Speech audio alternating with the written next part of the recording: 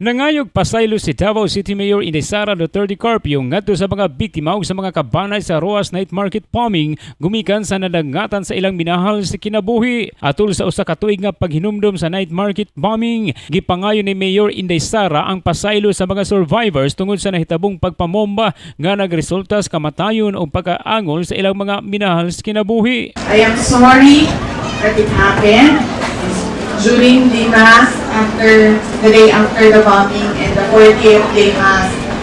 Nag-refuse ko nga maghatag og mensahe and mutindog sa inyo ha atubangan at that time because naulaw ko sa inyo nga tanan.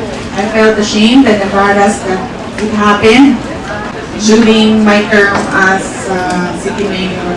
Gipasalig sa inahan sa dakbayan nga magpadayon ang suporta sa lokal nga kagamhanan ngadto sa mga nabiling pamilya o pagpatunga sa mga anak maingon man sa mga naputlan og tiil nga padayon pang gitambalan. Subay ni ini, gipasalamatan ni Mayor Inday Sara ang tanang sektor sa Katalingban nga mitabang og misuporta sa lokal nga kagamhanan diha sa pagtabang sa mga pamilya og mga kabanay sa Roas bombing. Pikas bahin, gibutyag sa usa sa mga survivors nga nakalatas na sila sa sakit nga ilang gibati human na biktima ang ilang mga kabanay sa pagpamomba sa mga terorista sa night market ug padayon silang mubarog kontra terorismo. Kasama mo sa balita, kasamang Joel Viray, Tatak RMN. Tatak RMN.